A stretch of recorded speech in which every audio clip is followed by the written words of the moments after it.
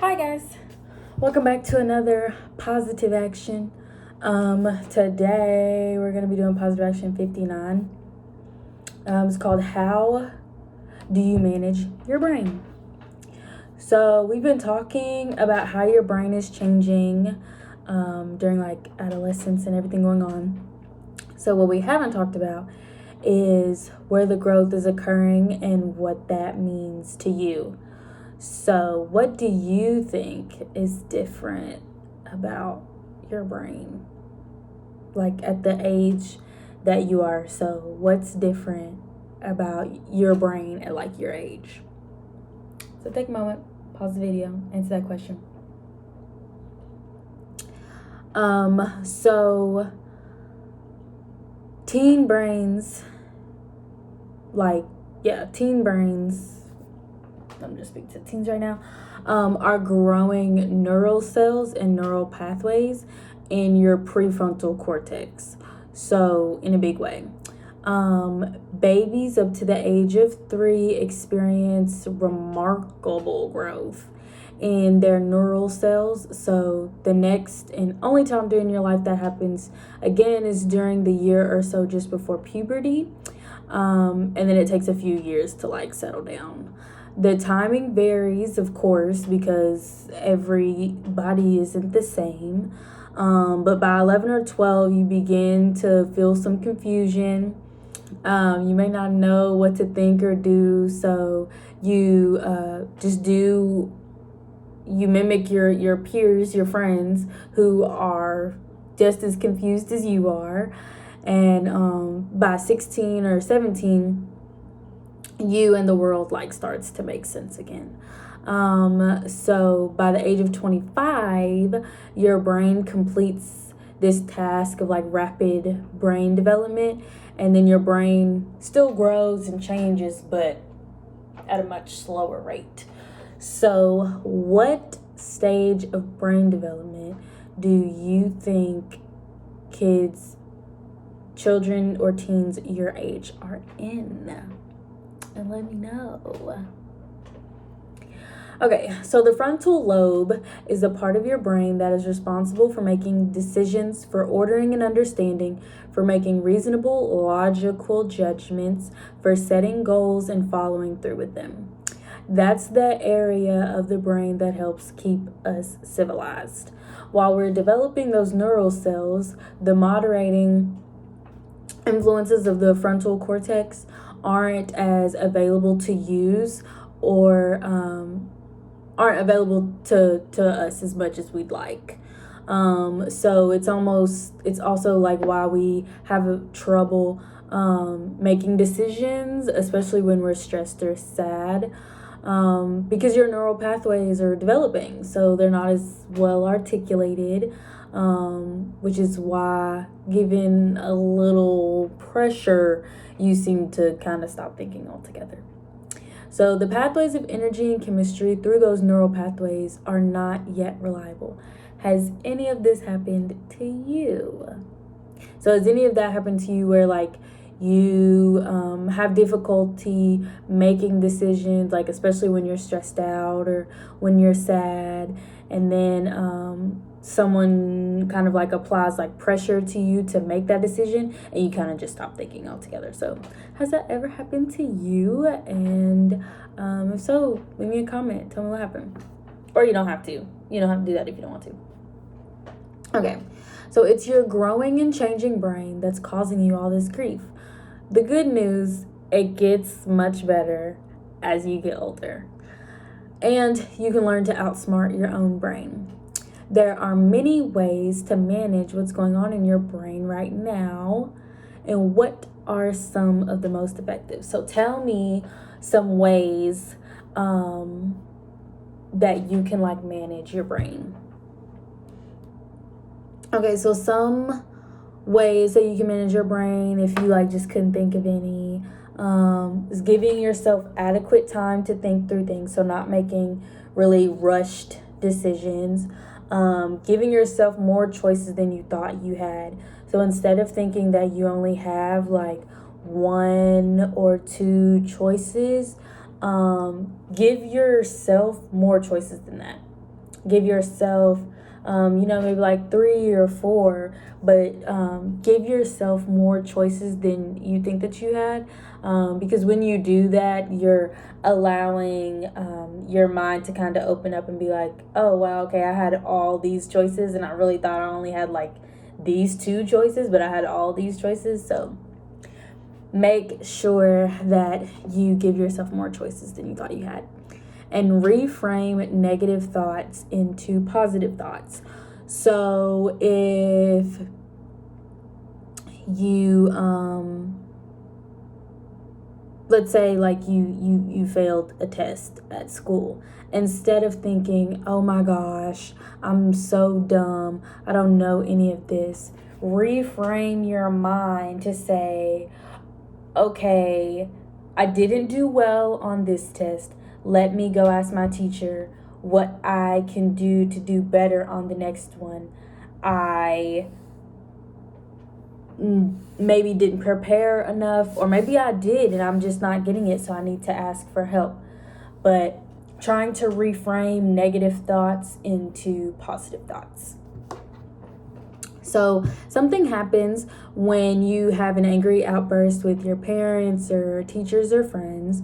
The judgment filters in your developing brain are not quite up to speed yet, and actions and words come out that surprise people.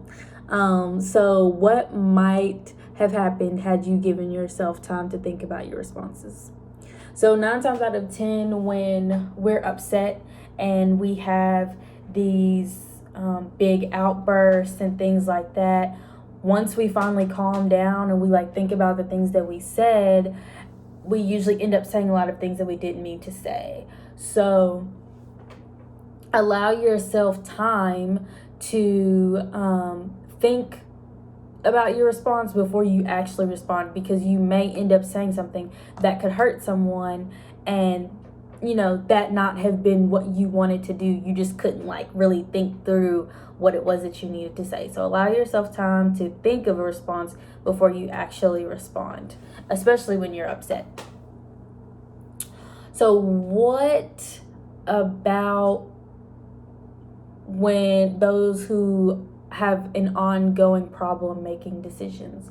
What might help them? So if you have an ongoing problem making decisions, what might be able to help you? Okay, so people often have trouble making decisions when they think they either have no choice or all negative choices. So this can lead to a lot of anxiety that plays over and over again. They get stuck in a rut. So what can help you get past that bad place? Let me know in the comments what can help you get past that bad place. Some ways that can help you get past that bad place is creating more choices, like I said before. 1 choice is no choice. 2 choices are just the beginning. 3, that's choice. So you want to try to have at least 3 choices. So let's get back to the math scenario we did in our last class, where you studied, you knew the material, but when you were called on, your brain seemed to stop working. What do you tell yourself when that happens? Like when you're in class and you know the answer, like you've seen it before, but then you get called on and you're like, So what do you do when that happens? So a lot of people say, I'm dumb, I can't learn, it's hopeless, or something similar to that. But there's a technique we can use to deal with those negative messages we're telling ourselves. It's called reframing. So instead of saying I'm dumb, which is not true, you could say my brain just froze for a moment, which is truer. You couldn't access the neural pathways you needed, possibly due to the amount of stress you were feeling at the time. So let's try something. I want you to repeat, I'm dumb, I just can't learn, it's hopeless. How do you feel when you say those words? Okay, so now repeat, My brain was stuck when I was feeling stressed. I'm actually smart and learn well. How do you feel when you say that instead? What are the differences in your physical and emotional responses? And you could kind of hear, like, when someone says something like that, you can kind of hear it in their voice. So when they say, I'm dumb, I just can't learn, it's hopeless. Your shoulders are kind of like slouched, your face is sad, your voice is kind of sad. But when you say, my brain was stuck because I was feeling stressed, I'm actually smart and learn well, you just look brighter, you look happier. So reframing those negative thoughts. So this is called processing your thoughts. It's turning a negative thought into a positive thought. It's reframing a negative perception, understanding it in a better light.